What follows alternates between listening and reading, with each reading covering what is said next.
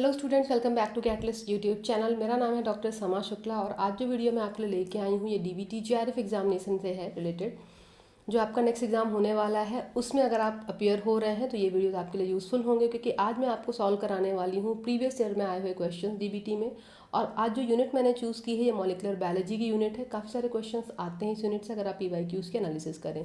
Questions अगर आपको चाहिए हैं तो आप कैटलिस्ट की एमसीक्यू बुक बाई कर सकते हैं, वहाँ पे क्वेश्चंस आपको मिल जाएंगे। इससे रिलेटेड थ्योरी की जो इन्फॉर्मेशन है वो आपको fundamental of life sciences volume 2 की जो बुक है वहाँ पे मिल जाएगी।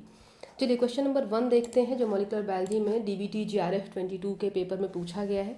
क्वेश्चन देखिए, given below are two statement, one is labelled as assertion A and the other is labelled as reason. तो आपको असर्शन रीजन का क्वेश्चन दिया गया है। स्टेटमेंट देखिए, histone binds to DNA with high affinity, ये असर्शन दिया गया है। रीजन दिया गया, histones are small protein rich in valine and isoleucine residue. तो अगर हम असर्शन की बात करें तो ये स्टेटमेंट करेक्ट है, क्योंकि ये हिस्टोन प्रोटीन जो होते हैं ये डीएनए से बाइंडिंग एफिनिटी रखते हैं, क्योंकि डीएनए नेगेटिव चार्ज कैरी करता है। डीएनए नेगेटिव चार्ज क्यों कैरी करता है? क्योंकि डीएनए के पास फॉस्फेट ग्रुप होते हैं, आपको पता है, और इस वजह से डीएनए नेगेटिवली चार्ज होता है। अब जब हिस्टोन प्रोटीन की बात होती है तो स्टोन प्रोटीन्स का जो कॉम्पोजिशन होता है वो बेसिक अमाइनो एसिड्स का होता है।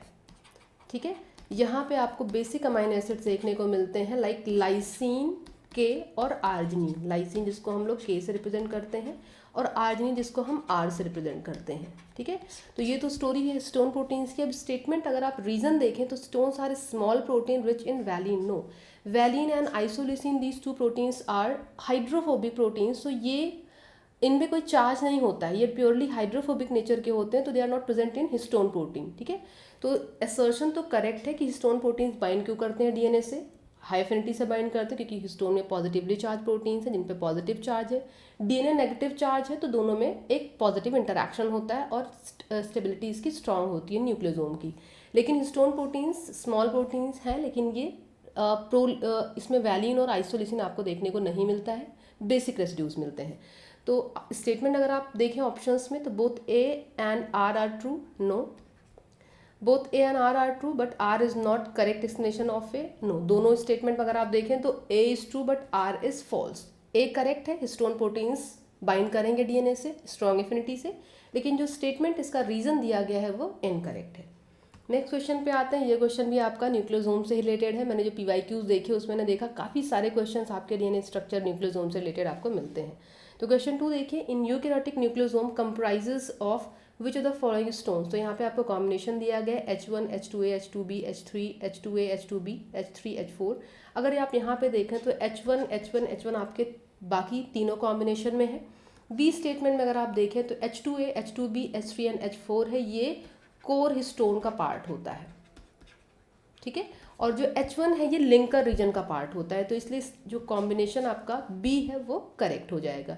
ये सारी इन्फॉर्मेशन आपको मिल जाएगी जो थ्योरी की बुक है कैटलिस्ट की, वहाँ पे अगर आप डिटेल इसकी थ्योरी पढ़ना चाहते हैं। नेक्स्ट आएंगे, ये क्वेश्चन ये बहुत सिंपल सा है। Eukaryotic RNA polymerase 2 transcribes. RNA pol 1 होता है, पॉल 2 होता है, पॉल 3 होता है, और इसका एक सिंपल सा फंडा है जैसे मैंने याद किया था जब मैं इस एग्ज़ाम की प्रिपरेशन करती थी, RMT। ठीक है, बाकी थोड़े वेरिएशन आपको मिलेंगे, बट जो RRNA है उसको बनाने के लिए पॉल 1 चाहिए होता है, mRNA के लिए पॉल 2 चाहिए होता है, एंड पॉल 3 tRNA के लिए चाहिए होता है। ठीक है, तो यहाँ पे पॉल 2 की बात की गई है। स्टेटमेंट 1 में देखिए आपको RRNA दिया गया कॉम्बिनेशन में के साथ में T, तो ये तो गलत हो गया। सेकंड देखिए mRNA के साथ T दिया गया है, ये भी M तो ठीक है बट ये इनकरेक्ट हो गया। यहाँ पे mRNA के साथ 5S rRNA दे दिया गया है, और यहाँ पे mRNA के साथ miRNA SNRNA, तो ये जो कॉम्बिनेशन है आपका ये करेक्ट हो जाएगा। इसकी भी टेबल आपको प्रॉपर मिल जाएगी कैटलिस्ट की जो थ्योरी बुक है। और ये एक ऐसा टॉपिक है जो बहुत ज़्यादा पूछा आता है। आरएनए पॉलीमरेज का टॉपिक आपके CSIR में, ICMR, DBT में सभी में बहुत ज़्यादा पूछा आता है, तो इसको बहुत अच्छे से तैयार करके रखिएगा। इससे रिलेटेड एक वीडियो भी अभी हमारे चैनल पे अपलोड हुआ है, रूपेन सर ने डाला है, आप देखिएगा वहाँ पे जाके, जहाँ पे आरएनए पॉलीमरेज की स्टोरी उन्होंने बताई है। बहुत क्वेश्चंस आते हैं, मोस्ट स्कोरिंग टॉपिक की जो दूसरी सीरीज हमारे चैनल पर चल रही है उसमें आप जाके देखिएगा, बहुत इंपॉर्टेंट टॉपिक है, बहुत सारे क्वेश्चन आपको मिलते हैं इससे। ठीक है, नेक्स्ट क्वेश्चन पे आते हैं। ये क्वेश्चन भी सिंपल सा है। मेल्टिंग टेम्परेचर की बात की गई है of DNA is higher when content of AT ज़्यादा होना चाहिए, GC ज़्यादा होना चाहिए, दोनों इक्वल होना चाहिए, या फिर GC लोअर होना चाहिए। तो आपको पता है एडेनिन थाइमिन डबल बॉन्ड से जुड़ते हैं, ग्वानिन और साइटोसिन ट्रिपल बॉन्ड से जुड़ते हैं। ट्रिपल बॉन्ड इज, है ना, स्ट्रॉन्गर दैन डबल बॉन्ड। तो डेफिनेटली जहाँ पे GC का कंटेंट ज़्यादा होगा उसका मेल्टिंग टेम्परेचर उस पर्टिकुलर DNA सेगमेंट का ज़्यादा होगा, राइट। सो ऑप्शन अगर आप देखें AT base pair higher, GC base pair is higher, तो ऑप्शन बी आपका करेक्ट हो जाएगा। यस, नेक्स्ट क्वेश्चन पे आते हैं। ये भी DBT JRF 22 का क्वेश्चन है। देखिए यहाँ पे आपसे पूछा गया है, for transcribing protein coding genes the RNA polymerase forms pre initiation complex in association with, कि जो RNA पॉलीमरेज है ये किस किस ट्रांसक्रिप्शन फैक्टर से जुड़ने के बाद प्री इनिशिएशन कॉम्प्लेक्स बनाता है। तो इसमें इन्वॉल्वमेंट आपको TF2H का मिलता है, TF2F का मिलता है एंड TF2D का मिलता है। TF2F जो इनके एसोसिएशन की स्टार्टिंग करता है, TF2H में जहाँ पे हेलिकेज की एक्टिविटी होती है जिससे अनवाइंडिंग DNA की स्टार्ट होती है। TF2D का जो TBP टाटा बाइंडिंग प्रोटीन होता है ये भी प्रोसेस की इनिशिएशन में इन्वॉल्व होता है। तो यहाँ पे आपका जो स्टेटमेंट कॉम्बिनेशन C है ये करेक्ट हो जाएगा। नेक्स्ट क्वेश्चन पे आते हैं। ये आपको पूछा गया, आप देख सकते हैं RNA पॉलीमरेज की, फिर एक क्वेश्चन आपको दिख रहा है, मैंने आपको बताया बहुत इंपॉर्टेंट है, पढ़ लीजिए, क्वेश्चन मिल जाएगा, आराम से सॉल्व कर लेंगे, ठीक है। तो ये क्वेश्चन देखिए यहाँ पे आपको दिया गया है, in the table given below column A list 3 eukaryotic RNA polymerase, in column B list of the chain they transcribe, identify the correct match from the option below, कि आपको यहाँ पे RNA पॉलीमरेज के नाम दिए गए हैं 1 2 3 की कैटेगरी, एंड यहाँ पे उनके रेस्पेक्टिव जो mRNA को कोड कर रहे हैं वो आपको बताया गया। तो RNA पॉल 1 मैंने आपको भी बताया था, RMT, अगर आप ऐसे भी चाहें तो याद कर सकते हैं। तो पॉल 1 के लिए आप R को चूज़ करेंगे, पॉल 2 के लिए आप M के पास जाएंगे, और पॉल 3 से आप T बनाने वाले हैं। तो यहाँ पे आप देख सकते हैं फर्स्ट का ऑप्शन C फर्स्ट में है, ठीक है, यहाँ पे भी है, सेकंड का B, सेकंड का A हो जाएगा। तो सेकंड का A यहाँ पे, मतलब ये यहाँ पे तो आपका फर्स्ट का B, ये दोनों गलत हो जाएगा। फर्स्ट का C आपने देखा, RNA पॉल 1 का rRNA जो स्टेटमेंट 1 और 2 में है, बट सेकंड का A है क्योंकि RNA Paul 2 is involve in mRNA, miRNA, snRNA। तो ये हो गया थर्ड का B, क्योंकि RNA पॉल 3 इन्वॉल्व होगा tRNA की सिंथेसिस में, ठीक है। तो ये कॉम्बिनेशन आपका करेक्ट हो जाएगा। इंपॉर्टेंट टॉपिक है।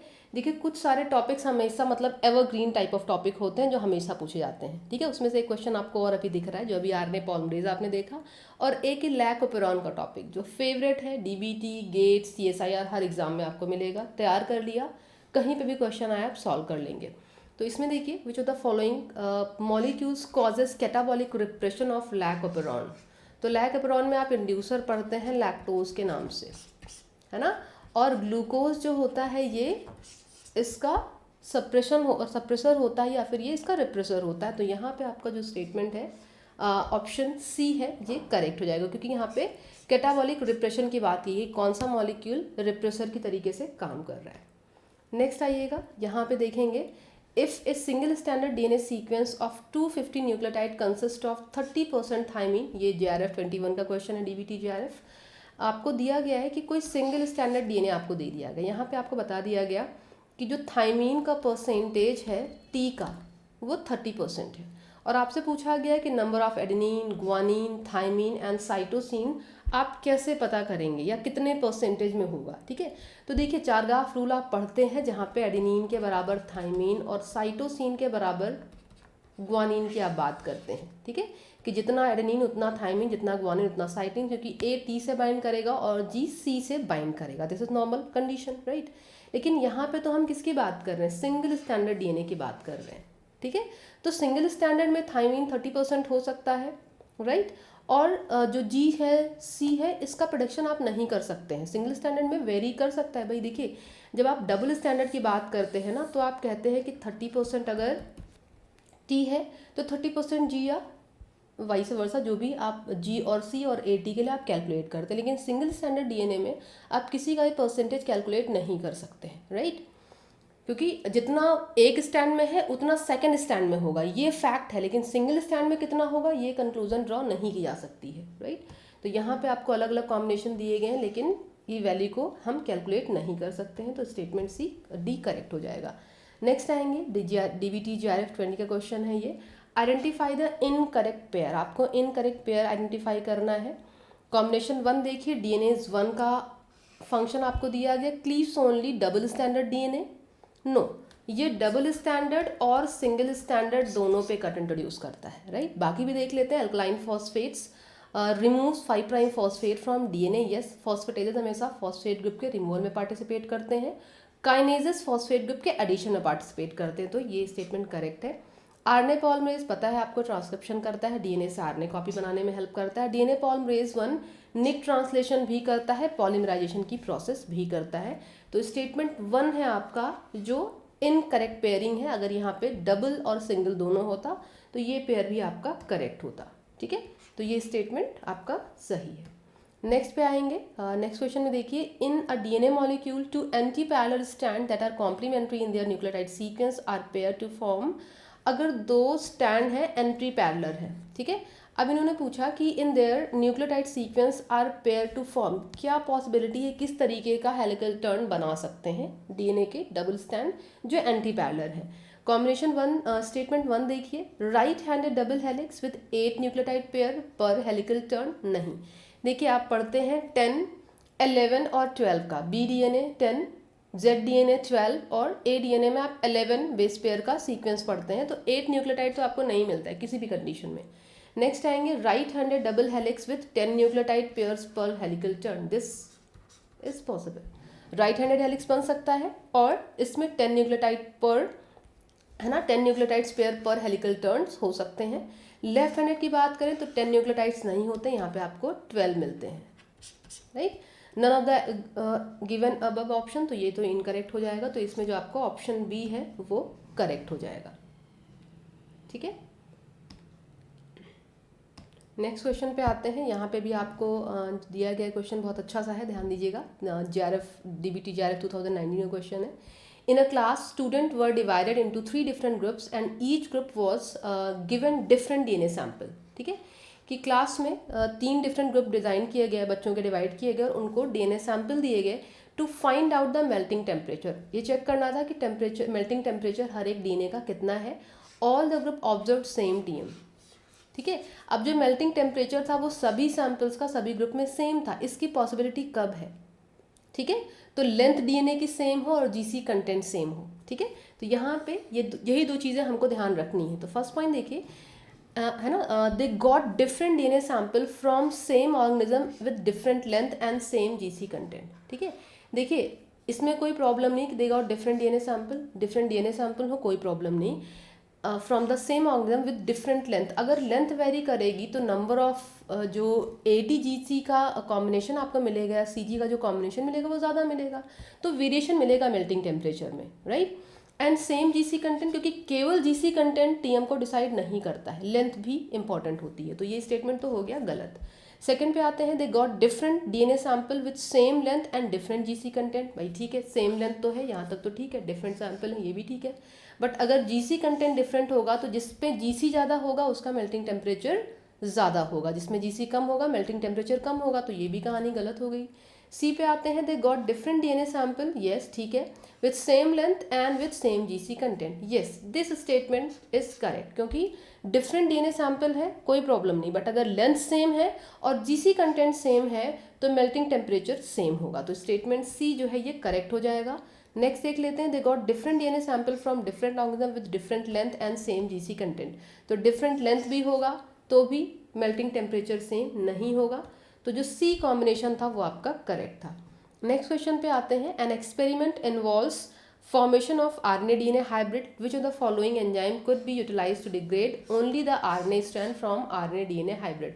देखिए RNase H होता है ना, जब आप रिवर्स ट्रांसक्रिप्टेज की प्रोसेस पढ़ते हैं जहाँ पे आप RNA स्ट्रैंड से DNA बनाते हैं, है ना, तो यहाँ पे RNase H का काम होता है जो RNA DNA हाइब्रिड को सेपरेट करने का काम करता है, तो ये RNase H के थ्रू किया जाता है, ना कि RNase P S1 nucleus micro nucleus का काम इसमें नहीं होता है।